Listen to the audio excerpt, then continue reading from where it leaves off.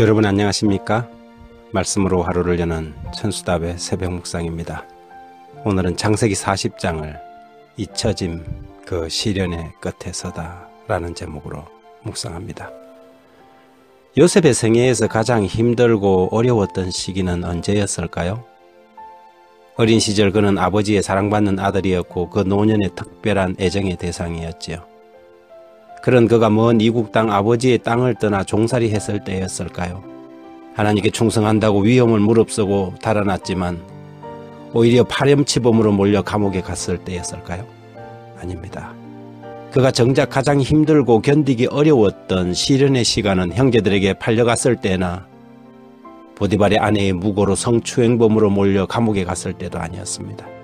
그가 정작 힘들고 견디기 어려웠던 시간은 자신이 사람들의 기억 속에서 잊혀지고 있다는 사실을 깨달았을 때였을 것입니다. 창세기 40장 1절, 2절, 3절에 보면 그 후에 애굽 왕의 술 맡은 자와 떡 굽는 자가 그들의 주인 애굽 왕에게 범죄한지라 바로가 그 두 관원장을 곧 술 맡은 관원장과 떡 굽는 관원장에게 노하여 그들을 친위대장 집 안에 있는 옥에 가두니 곧 요셉이 갇힌 곳이라.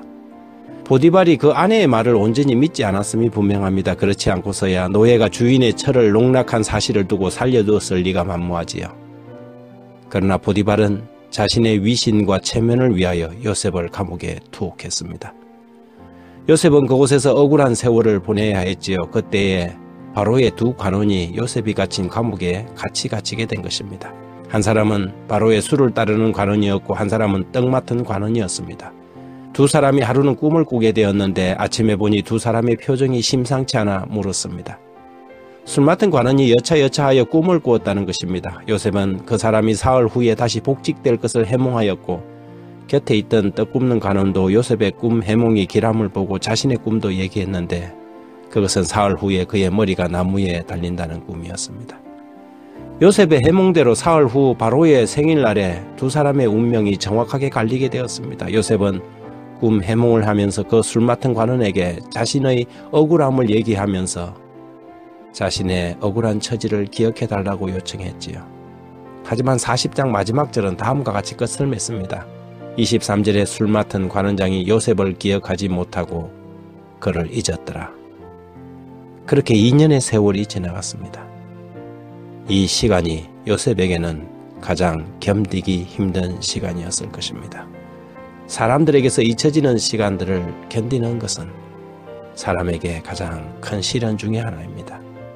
어쩌면 평생을 감옥에서 썩어야 하는 것은 아닐까 두려웠을 것입니다. 많은 하나님의 종들이 잊혀짐의 시간 속에서 하나님을 만나는 경험을 합니다.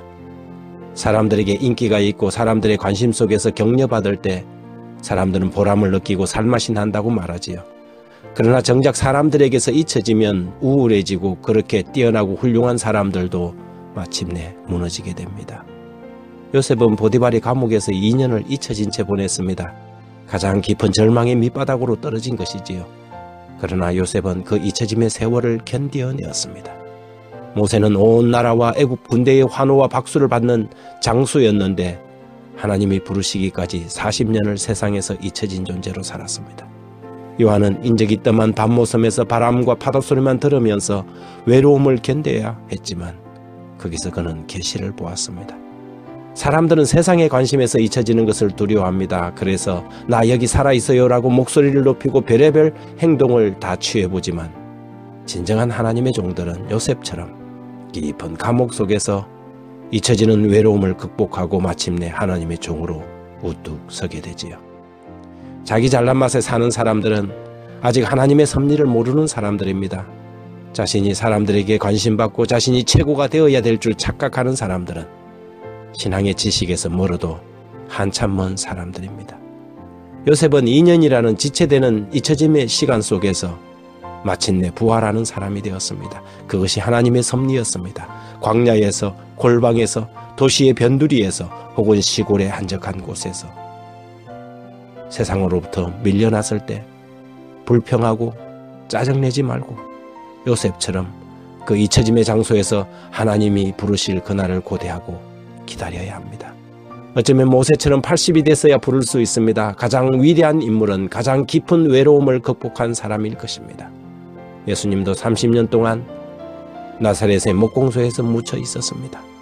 바울은 아라비아 광야에서 3년을 묻혀 지냈고 침례 요한도 광야와 빈들에서 오랜 세월 사람들과 세상의 관심 밖으로 밀려나 있었지요. 우리는 잊혀짐 그 시련의 끝에서 비로소 비상할 수 있습니다. 하나님은 우리 아버지 요셉은 꿈 해몽을 멋지게 하고도 2년을 잊혀진 채 살았습니다. 절망이 몰려왔을 때에도 요셉은 그것을 견뎌내었습니다.